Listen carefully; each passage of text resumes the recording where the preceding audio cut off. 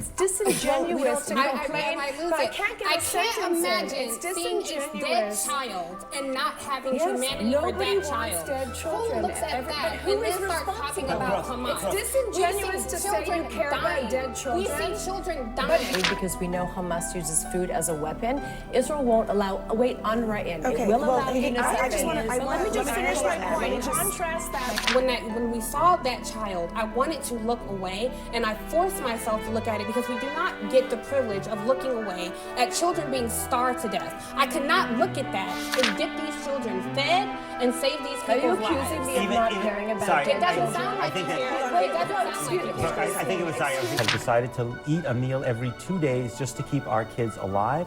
What is left for us is hay. We have started grinding it, bake it, and eat it. Because we have started eating the hay bread, we now defecate blood mixed with hay. This was almost a year and a half ago. And hello, everybody. Guys, let's get right into this segment. This lady made a grave mistake coming onto this panel while Tiffany Cross is on.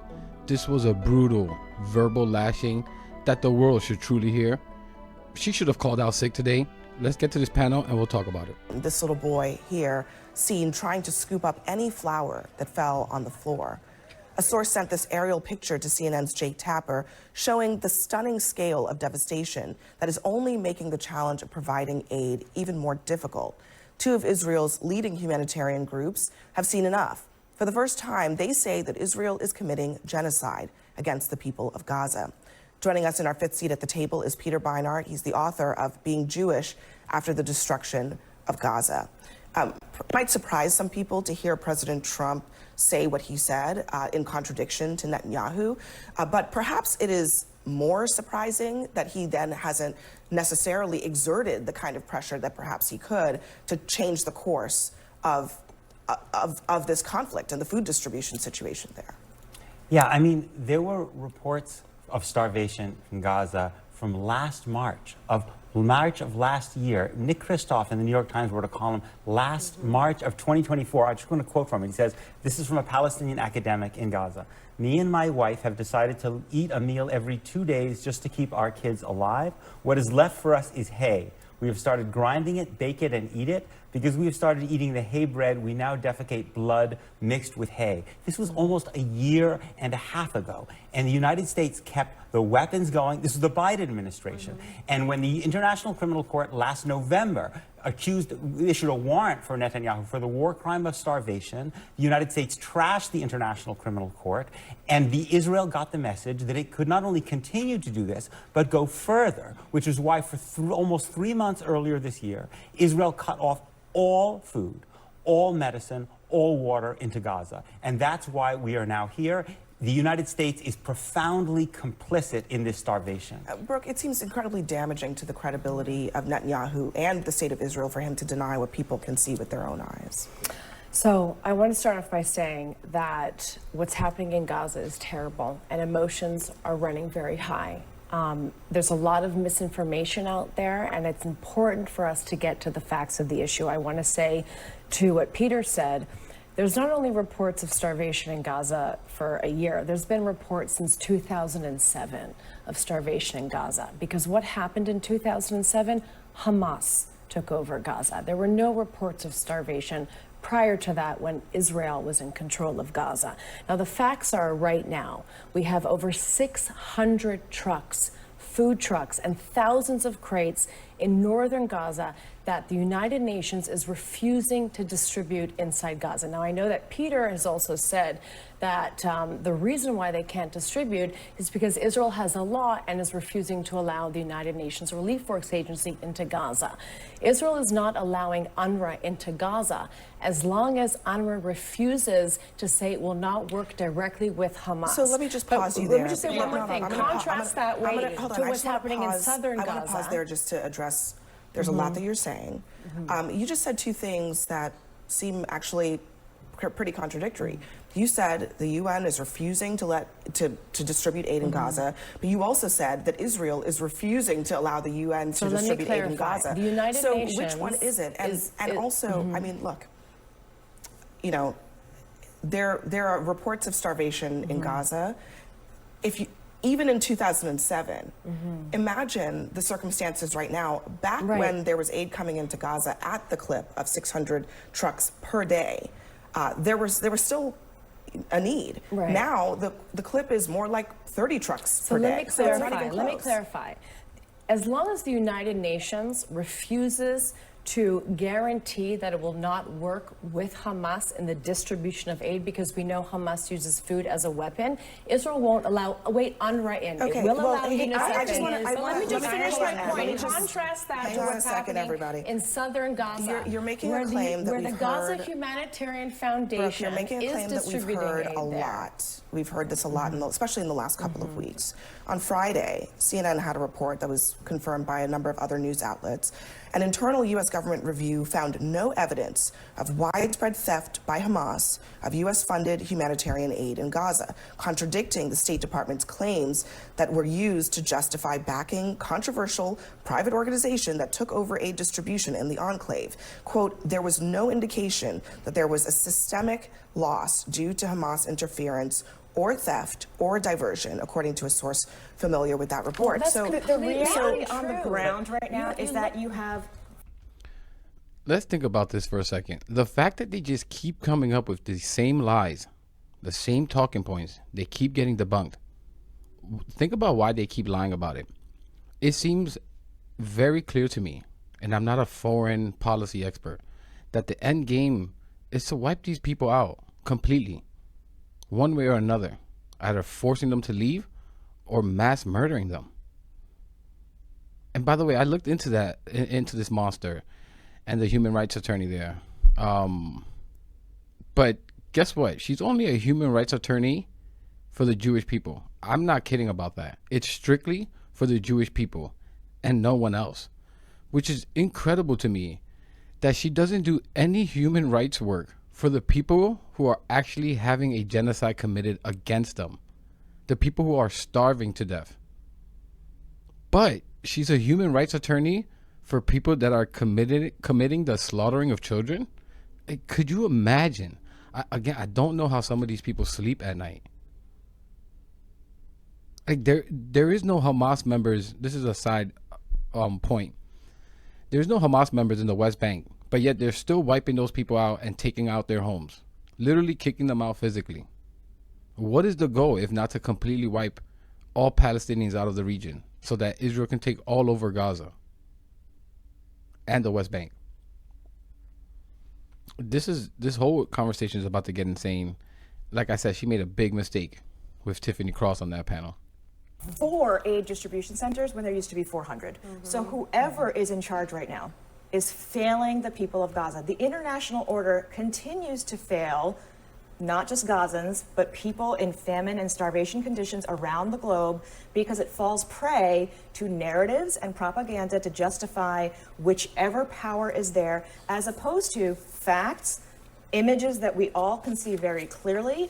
The lack of transparency inside Gaza is part of the project to continue it being just a narrative game, and rather than allowing organizations like the New York Times to report directly from the ground, right? So this is all 200 journalists have been killed. 60,000 Gazans have died. A lot more from people on the right, actually. I mean, Marjorie Taylor Greene says it's the most truthful and easiest thing to say that October 7th in Israel was horrific and all the hostages must be returned, but so is the genocide, humanitarian crisis, and starvation happening in Gaza. Texas Representative, a Republican, Lance Gooden, says standing with Israel means eliminating every barbaric Hamas terrorist. It also means rejecting killing and starvation of children in Gaza. This is not about left versus right, it seems, at this point. Does the United States government now need to do more to exert influence over its ally? We're in control. But what are we doing to exert influence over Hamas? It's disingenuous to complain, but I can't get a sentence in. It's seeing its dead child and not having humanity for that child. Dead children. Who looks at that who and is then starts talking about Hamas? It's disingenuous to say you care about dead children. We see children dying. But who is responsible? Looks at that and she is the subject of Hamas. You just sat here and said so much misinformation. Right, Who but is we have responsible? videos. I will tell you videos, and there is footage of Netanyahu Hamas and his right-wing stealing aid and extremist drugs. brutalist Hang on, government Peter. is Hang on, Peter. I just responsible. want one at a time, please. Okay, can I Because just say, finish your the thought United and then States, the United States is complicit in this, like Peter said. When we saw that child, I wanted to look away, and I forced myself to look at it because we do not get the privilege of looking away at children being starved to death. I could not look at that and then change the subject to talk about what Hamas is doing, what Gaza is doing. What is happening is Netanyahu is doing this. He is being funded by the United States government. All these symbolic gestures that the UK might acknowledge Palestine as a state, it doesn't matter. The UK is the country, the world's 6th largest economy, and they have reduced their funding to Israel. Cut it off. That is why he is doing this, because he's being allowed and he's being funded, and everyone is complicit in that. And if you see something like that and your heart doesn't break and bleed, the only response to something like that is get these children fed and save these people's lives. Are you accusing me of not caring about dead It doesn't children? sound like you think that- care. Wait, It doesn't sound like you Look, care. I think it was sorry. I think it was my Excuse me. turn, Brooke. Never mind. This is always playing the victim. Are you saying I don't care? Like, she must realize that she made a big mistake. And that's all she had. Yeah, that's what she's saying. Tiffany Cross simply cares. She is truly a rare breed. She fights for all people with this passion and unyielding force. I've seen it time and time again. She doesn't give a F if you're black, Hispanic, white, Middle Eastern. It doesn't matter. She got your back like no other. Wrong is wrong, and she's going to make sure you listen and remember her words. Again, thank you, Tiffany. This is what all pundits should aspire to be like. And she is right. This is what all these genocide supporters do, is try and change the subject, play the victim. After showing kids starving and stats like over 10,000 children out of existence now. 10,000. I mean, even Marjorie Taylor Greene, Jewish, space lasers, Tales from the Crypt lady, sees what's going on. I mean, but with her, who knows? I'll take her support, but as far as this issue, but she really hates Jews. But she still recognizes a genocide. I don't know what's going on here, because it's just possible that she hates the Jewish people this much. So to be completely fair, if I was to make a bet, I highly doubt Marjorie gives a F about Palestinian people. But that's not the point here. I think it's such a horrible strategy too, what Israel's doing here. This Gaza genocide will make the world hate the Jewish people more than they already were, which is just horrible, because there's clear anti-Semitism in this world with the nonsense, constant conspiracies, and they're controlling the world, whatever. And all those anti-Semites, I can't help but think, essentially Republicans, conservatives, are sitting back and saying, look, you see? And it's not good, because obviously a lot of innocent Jewish people will be caught in the middle, will be caught in the crossfire of hate. The New York Times reported that even Israeli military officials deny the claim of their own government that there has been systematic stealing of food, and that even Israeli military officials say that the prior UN distribution system, which had 400 agencies, that when Israel allowed it to function, it was far more effective than what we have now. It is important to remember that the stated policy of the Israeli government, it gives me no pleasure to say this, the stated policy of the Israeli government is to enact the Trump plan for the mass expulsion of Palestinians from Gaza. The Netanyahu government has said again and again, we are working to bring about the Trump plan. That is why 3 of those 4 distribution centers are in the extreme south of Gaza, and part of the plan is to force the entire population into a tiny sliver of the Gaza Strip to execute ultimately the expulsion of as many of them as possible. And making life as hellish as possible makes it more likely that you will force people out. Brooke, and then Kevin. Go ahead. Okay. I think it's very disingenuous to say that you care about starving children, but then not take a deep dive look into why there is a problem of food distribution in Gaza. There is no food shortage. There is plenty of food. There are so many organizations that are trying to distribute it. The Israelis are trying to distribute it. They're dropping food with parachutes. The Gaza Tiffany's eyes are piercing through. I wish I could see what's in her thoughts. humanitarian foundation is trying to distribute it. And yet it is not getting to people, particularly in northern Gaza, because Hamas is in control. Brooke, and we just- see so- videos I- of them hold on a stealing second. the aid. Brooke, I have to pause you there because, again, like, it's very misleading what you're saying. Israel controls food distribution in Gaza. Israel has full control That's not of the true. Gaza territory. Israel controls food distribution. That's why, as you pointed out, there are aid drops. You know when that happened? Last week, after a public pressure. Israel has now increased the amount of food that they have allowed in. Why? Because of public pressure. They control how much food gets in. And yes, there is food coming in, but the point is that it is not enough. It's not a question of, is anything coming in? It is it sufficient to meet the basic nutritional needs of people in Gaza? It's a fact that that is not happening right now. And that's what not a fact debate also is that of opinions. Part of this propaganda conversation that happens in these Israel-Palestine circles is to go back 10 years, 15, 20 years. This is a moment where Israel has full military control over Gaza. Children are starving. Solve that immediate problem before we start redirecting history in whichever direction Can I people give you a want quick to. last word, Kevin? Yeah, the problem with this conflict for both sides is just unique in the last 36 months. All of those images you're seeing are not the press. The majority of them come from individual cell phones. And so no matter what spin or what side you're on or what you're advocating for, the images are real, they're brutal, they're factual, they're not made up, they're not AI. They're distributed around the world. I look at all the feeds, including European feeds, the British, the Swiss, the French. It's too bad because it doesn't matter what one government says or the other, or the U.S. or Netanyahu. The fact is, there are starving children, and it's just at the end of the day, you can't win with spin. It doesn't matter what side you're on. This conflict is actually a cell phone conflict.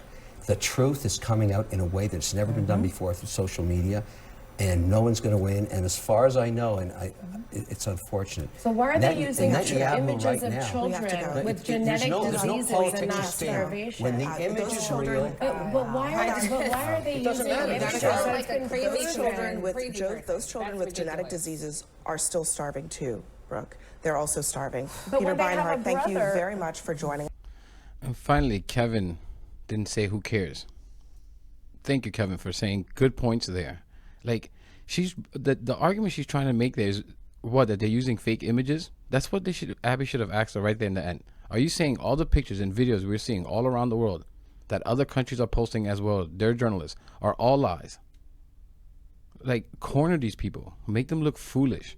These same talking points, it's the same crap over and over. Israel controls everything, every single thing going in and out of Gaza. Everything, from people, food, literally anything.